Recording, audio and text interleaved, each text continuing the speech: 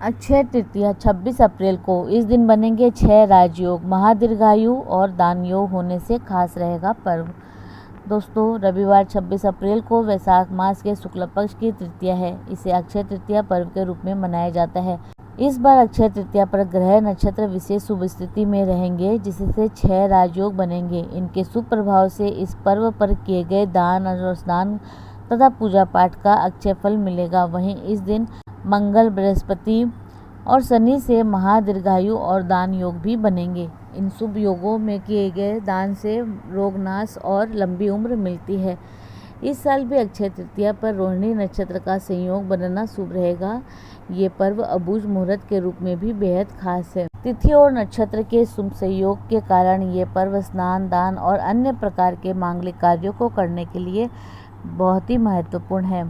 इस साल अक्षय तृतीया पर महामारी के कारण मांगलिक आयोजन और सामूहिक कार्यक्रमों से बचते हुए घर पे ही पूजा पाठ करनी चाहिए।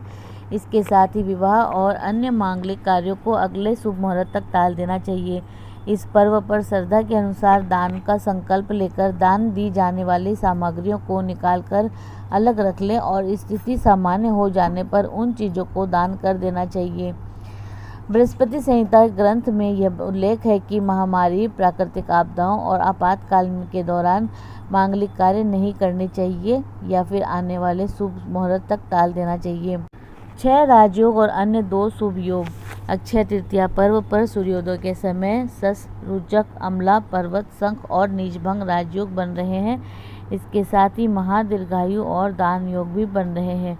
ये सभी योग सूर्य, मंगल, बुध, बृहस्पति और शनि के युति के कारण बनते हैं।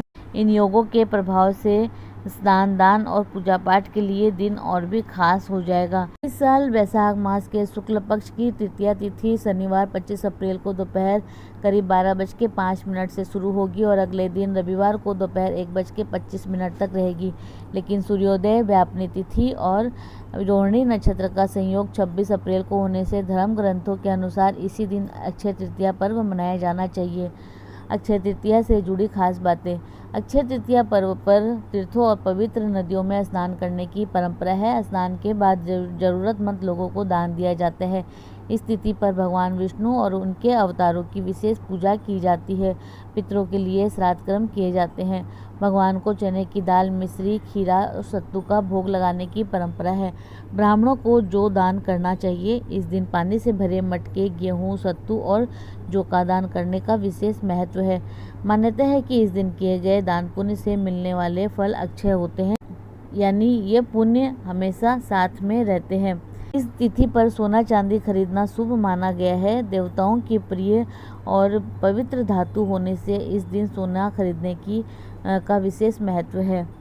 सतयुग और त्रेता युग की शुरुआत भी इसी तिथि से हुई थी, ऐसी मान्यता प्रचलित है। भगवान परशुराम का अवतार भी इसी दिन हुआ था। बद्रीनाथ के पट भी अक्षय तृतीया पर ही खुलते हैं। अक्षय तृतीया पर सूर्य और चंद्र अपनी अपनी उच्च राशि में रहते हैं। इस वजह से इस तिथि पर बिना मुहूर्त देखे विवाह किए जा सकते हैं। तो दोस्तों, इसी प्रकार और भी रोचक जानकारी के लिए आप हमारे चैनल को लाइक, शेयर और सब्सक्राइब करें। हमारे चैनल में विजिट करने के लिए धन्यवाद।